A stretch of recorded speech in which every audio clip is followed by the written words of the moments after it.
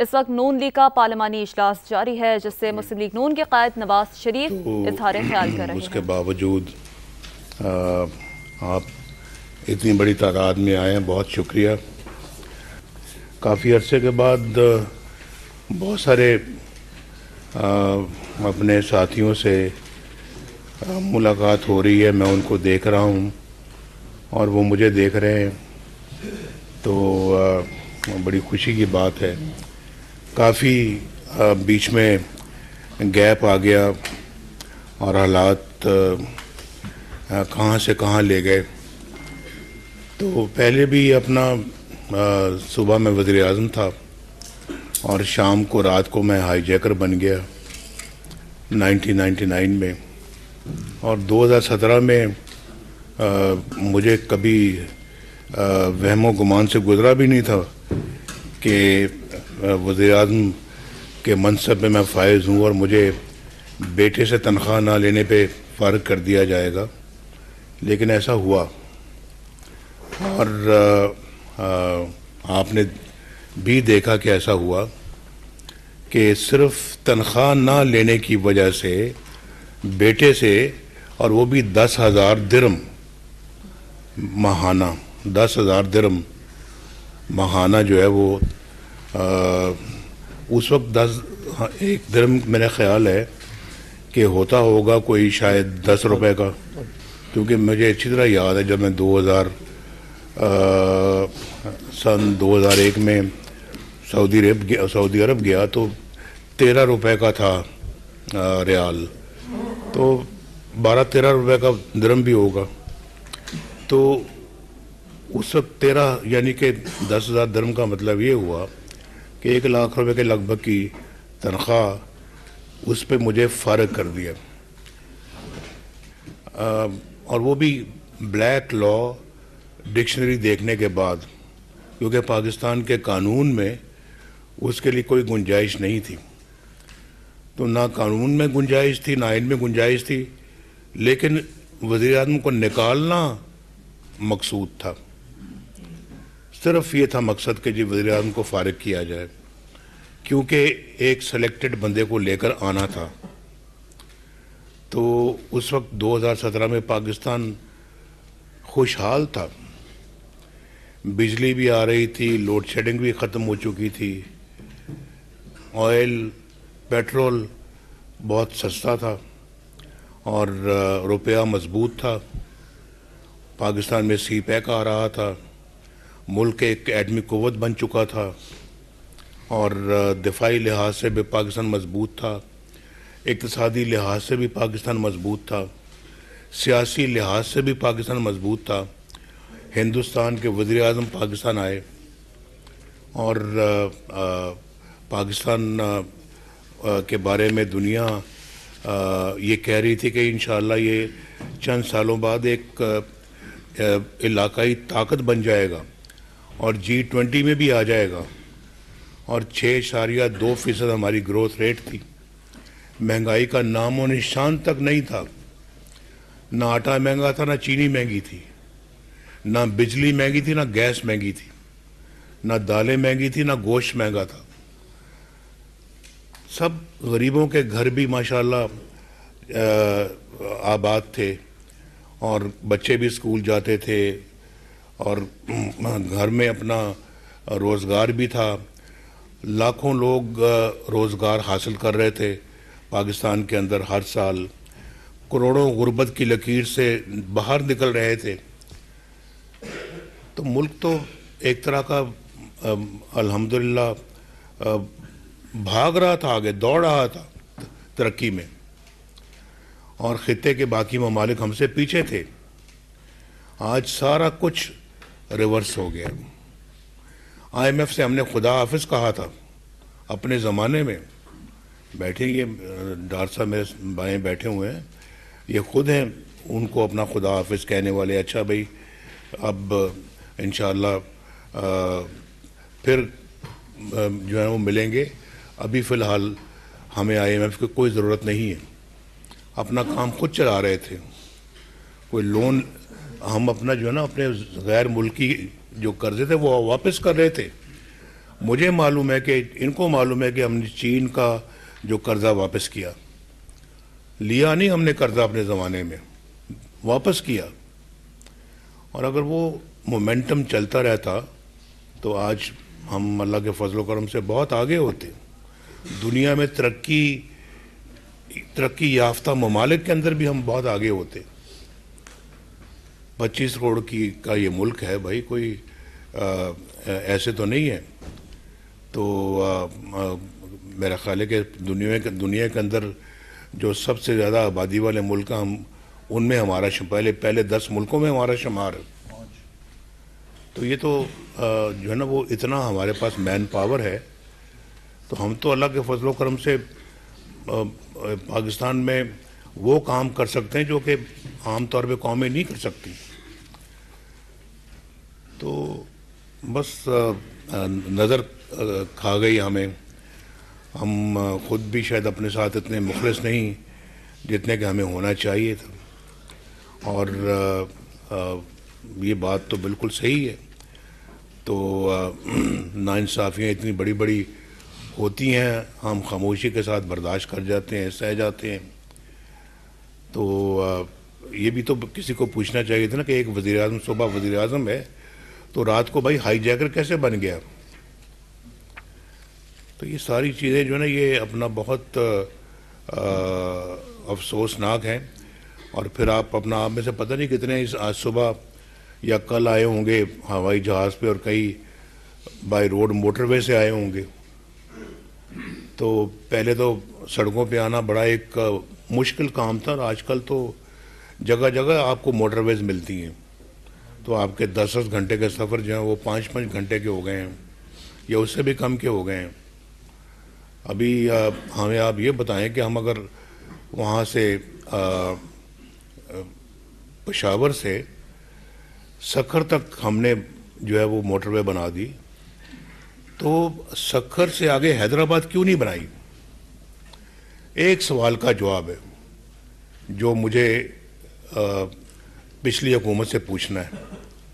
जो 2018 में हमें आरटीएस बंद करवा के जो हुकूमत लाई गई थी, क्या वो एक मोटरवे भी नहीं बना सकी जो कि सक्खर से हैदराबाद?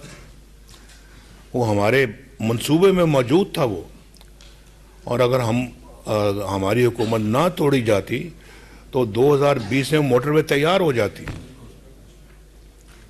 इसी तरह की 6 लेन right from Islamabad, from Peshawar to Hyderabad. तो ये किस चीज़ ने हमें इससे रोका? मुझे बताएं ना। हम तो खैर अल्लाह के फजल करम से मोटरवे भी बनाने वाले हैं, बिजली के कारखाने भी हमने लगाए हैं, हमने डैम भी बनाए हैं, हमने बलूचिस्तान की हाईवेज़ को और सड़कों को बनाया है, हमने सिंध में बनाया है, हमने हज़ारा मोटरवे बनाई है, हमने लवारी टनल चित्राल में जाके 50 अरब रुपए खर्च करके हमने टनल बनाई है, हमने पुराने कराची के अंदर ग्रीन लाइन बनाई है, ये पंजाब में मेट्रो बस बनाई है, शहबाज साहब ने खुद बनवाई है, ये लाहौर के अंदर इन्होंने ऑरेंज लाइन बनाई है। भाई कराची में क्या अमर माने है कि कराची के अंदर ये तरक्की के काम क्यों नहीं हुए? एक पीने का पानी का मंसूबा भी जो है ना वो भी मुकम्मल नहीं हुआ वहाँ पे। हमने जो ग्रीन लाइन लगाई है वो ग्रीन लाइन सब कुछ तैयार हो गया, लेकिन जो बसें थी वो नहीं आई बहुत अरसे तक। तो ये तो भाई, और फिर किसने कराची में अमन कायम किया? दहशत गर्दी को ख़त्म किया।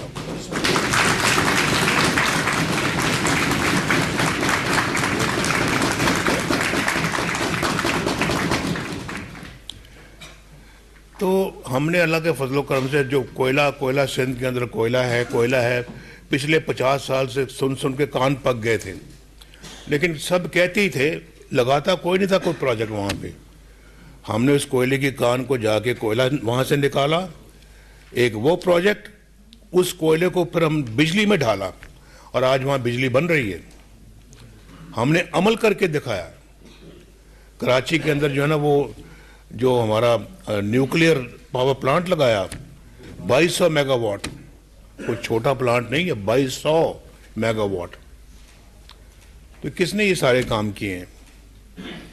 और हमें कह देते हैं नवाज शरीफ ने अमन कायम किया, नवाज शरीफ ने अमन कायम किया। जब वोट की बारी आती है तो वोट किसी और को चला जाता है।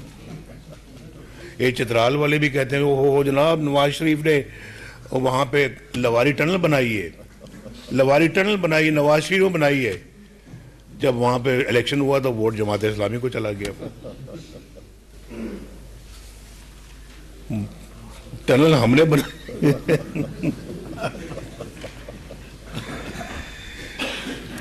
टनल हमने बनाई है तो वोट किसी और को जा रहा है। तो मैंने चित्राल वालों से कहा मैं आपसे पूछूंगा मैं कि आप अपना इस तरह के काम करते हैं, टनल मुझसे बनवाते हैं, वोट किसी और को दे देते हैं। तो ये तो बहुत बुरी बात है। तो अमन कराची में कायम हम करें और वोट जाए किसी और को, यार ये तो कोई बात तो नहीं है।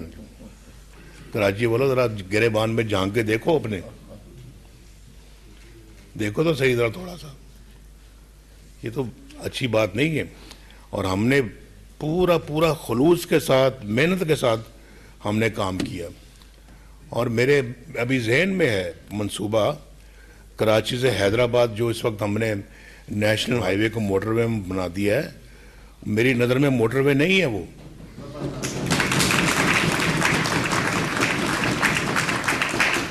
वहाँ एक मोटरवे इंशाल्लाह बनेगी कराची से हैदराबाद, और वो लाहौर इस्लामाबाद से भी बहुत बेहतर बनेगी इंशाल्लाह।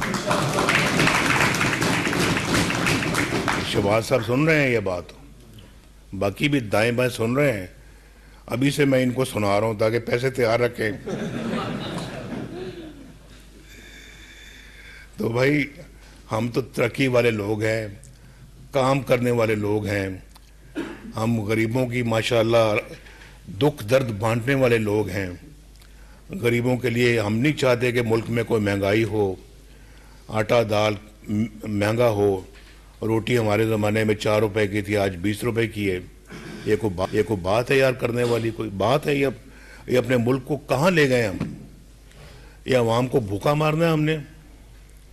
जब ये बातें मेरी नज़रों के सामने आती हैं, मेरे दिमाग में आती हैं, तो मैं तो बहुत दुखी होता हूँ, बहुत दुखी होता हूँ कि अब रोटी लोग बेचारे कई ऐसे हैं जो गरीब तरस लोग जो हैं वो रोटी प्लांट लगाए, उन्होंने रोटियां वो मुफ्त लोगों को बांटते हैं। तो मैं देखता हूँ 100 ख़वातीन लाइनों में लगी हुई हैं सिर्फ 4 रोटियां लेने के लिए। ये हमने अपने मुल्क का हाल कर दिया है।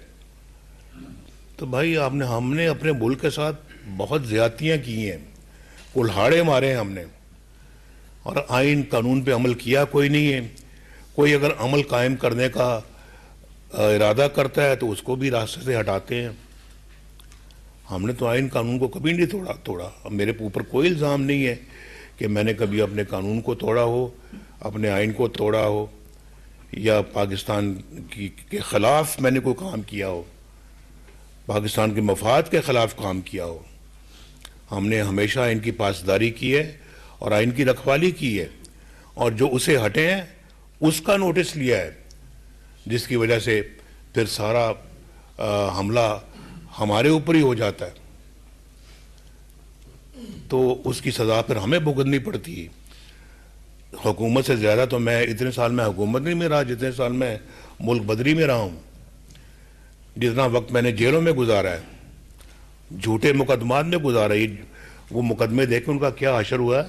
हाई कोर्ट ने उनको 2-3 पेशियों में निकाल के बाहर मारा है कि इसमें तो है ही कुछ नहीं भाई, क्यों सजा दी नवाज शरीफ को? मुझे जरा बताएं ना जी। ये सब आखिर एक वजीर, मैं कोई अल्लाह माफ़ करे कोई क्रिमिनल रिकॉर्ड मेरा नहीं है। मैं मुल्क का वजीर आज़म था, वहाँ उस ओहदे से हटा के आपने मुझे जेल में डाला, झूठे मुकदमे किए और 150 पेशियाँ भुगती मैंने, साथ ये भी, इसने भी, मरीम ने भी। हम कौन से हम में से मेरे भाई इसके भी झूठे मुकदमे बने, ये जो बैठे हैं इस पे झूठे मुकदमे बने, दाएं बाएं सब बैठे हुए हैं। वो देखकर राना सनाउल्लाह साहब के ऊपर तो पर्चा बना दिया हेरोइन का, स्मगलिंग का। तो इतना झूठा पर्चा यार, खुदा का खौफ करो भाई। कि गाड़ी से निकली है, हेरोइन निकली है। कहाँ सबूत उसका? वो भी जज ने उठा के उसको भी बाहर फेंका मुकदमे को। मुकदमा बनाना है कोई, ये तो ना बनाओ ना कि हम भैंस चोरी करने वाले तो हम नजर नहीं आते, भैंस चोरी का मुकदमा हमारे खिलाफ बन रहा है। हम तो वो कभी ना भैंस चुराई है ना कभी हमने सोचा उसके बारे में। इनको भी हेरोइन का मुकदमा डाल दिया बेचारे के ऊपर। बहरहाल जी, मैं आप सबका बड़ा मशकूर हूँ। नवाज शरीफ मुस्लिम लीग नून के कायद, जो कि मुस्लिम लीग नून के 12वें पार्लिमानी बोर्ड के इजलास से खिताब कर रहे थे। कहा गया कि कराची वालों, हम सवाल करते हैं कि अपने गिरेबानों में झांको। जज ने हमारे खिलाफ झूठे मुकदमात उठाकर फेंक दिए। राना सनाउल्लाह पर हेरोइन का मुकदमा बना दिया गया। इतने साल हुकूमत कायम नहीं की जितने साल जेल में रहा। आइन से हटने वालों के खिलाफ एक्शन लिया तो हमारे ही खिलाफ एक्शन हो गया। आइन और कानून पर अमल करने वाले को रास्ते से हटा दिया जाता है। मुल्क को कहाँ ले गए? अवाम को भूखा मारना चाहते हैं क्या? कराची वालों, अपने गिरेबान में झांक कर देखो। चित्राल में लुआरी टनल हमने बनाई, वोट जमात इस्लामी को चला गया। हमने अमन कायम किया, मगर जब वोट की बारी आती है तो किसी और को चला जाता है।